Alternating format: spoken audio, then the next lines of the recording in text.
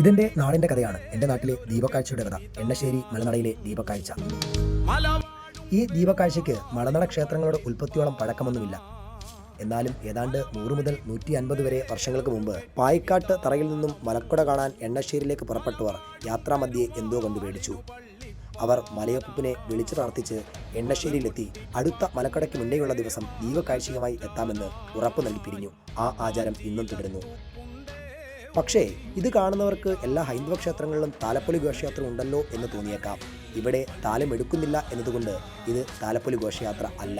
വീട്ടിൽ കത്തിക്കുന്ന വിളക്കിൻ്റെ മുകൾ ഭാഗം ഊരി അതിനോട് വാഴവള്ളി കെട്ടിത്തൂക്കി പിടിക്കുന്നു.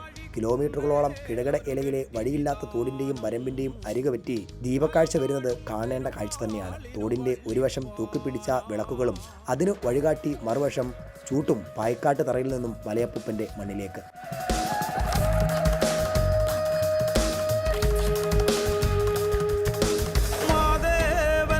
പറയോതും ചാരത്ത് മലമാതു പിണിയായിടുന്നു.